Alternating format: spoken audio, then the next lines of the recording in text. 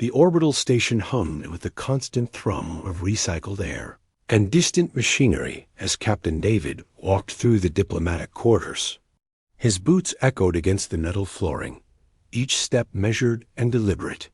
In his pocket, a small wooden figurine pressed against his palm, a carved elephant his daughter had made in her woodworking class back on Earth. The Altarian delegation had arrived 3 days ago, their sleek vessels docking with mechanical precision that spoke of technology far beyond human capability. Ambassador Kira stood nearly 8 feet tall, her elongated limbs graceful despite their alien proportions. Her skin held a subtle blue-green hue that shifted like water under the station's artificial lighting, and her large dark eyes seemed to absorb everything around her. The peace negotiations had stalled again. The resources of the Kepler system remained contested, Kira had said during the morning session, her voice carrying harmonics that human ears could barely detect. Your species claims territorial rights based on proximity, yet you arrived merely centuries ago. David had nodded, understanding her point.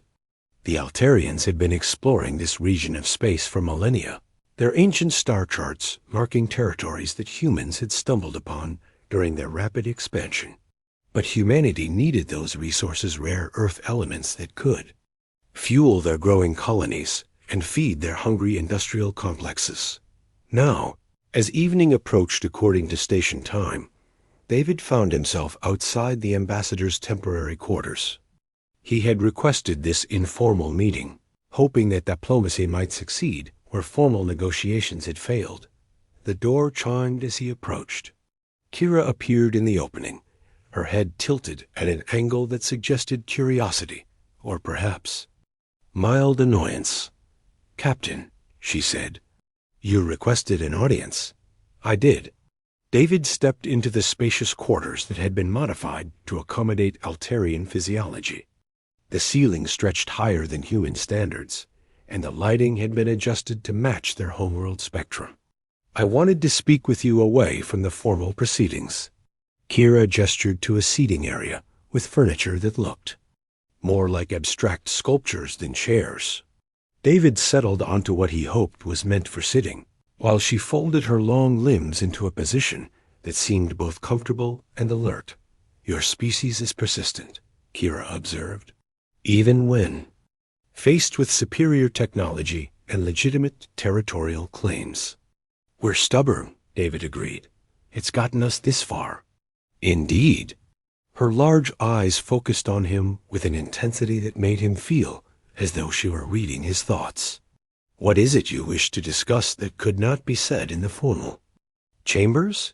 David reached into his pocket, his fingers closing around the small carving. He had been carrying it for weeks, a reminder of home during the long journey to this distant station. His daughter Emma had pressed it into his hands before he left, insisting that every diplomat needed a good luck charm. "I wanted to give you something," he said, producing the figurine. Kira's expression shifted, a subtle change in the positioning of her features that he had not seen before.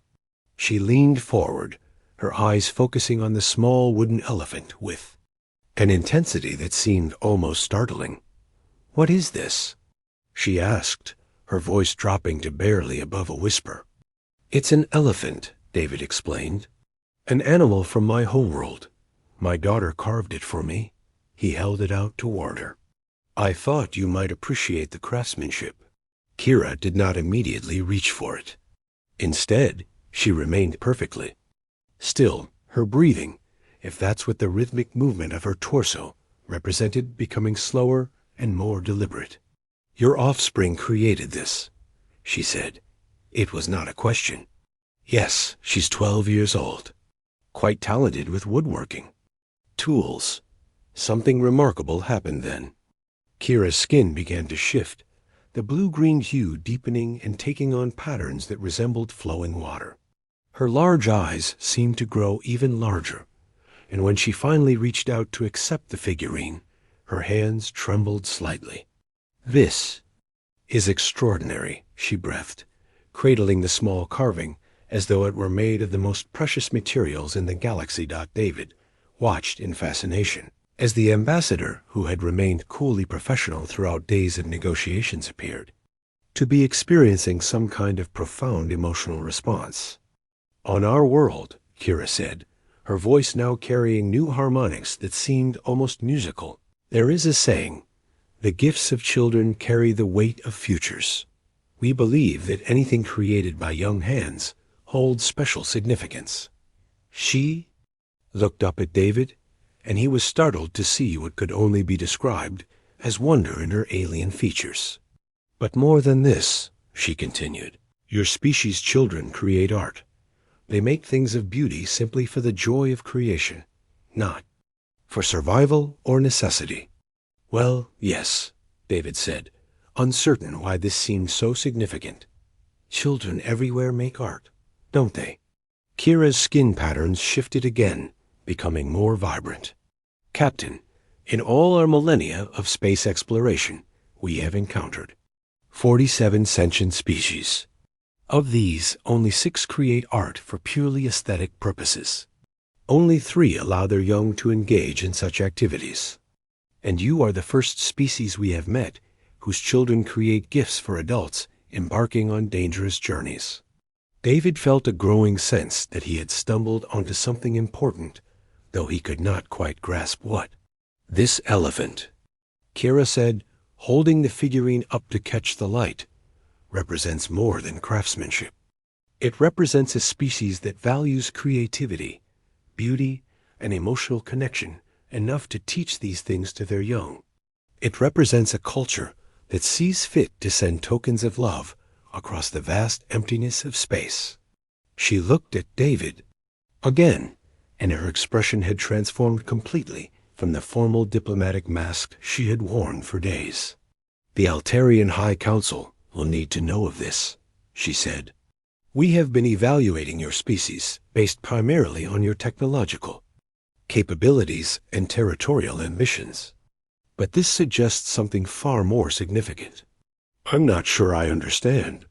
"A species that creates beauty for its own sake," Kira explained, "and teaches this to their children, and sends such creations as talismans on diplomatic missions. Such a species has qualities that transcend mere survival instincts." She stood, moving with a fluid grace toward a communication device mounted on the wall. "The negotiations will resume tomorrow," she said, "but I believe the tone will be considerably different." David watched as she activated the device and began speaking in the melodic Altarian language. Though he could not understand the words, he could hear the change in her voice: excitement, perhaps even joy. When she finished, she turned back to him, still holding his daughter's carving. "Captain," she said, "your species may be stubborn, as you say, but you are also something rarer than you know. You are artists who dream of stars, and dreamers who have learned to reach them." The wooden elephant caught the light as she spoke, its simple form suddenly seeming to carry the weight of 2 civilizations' future.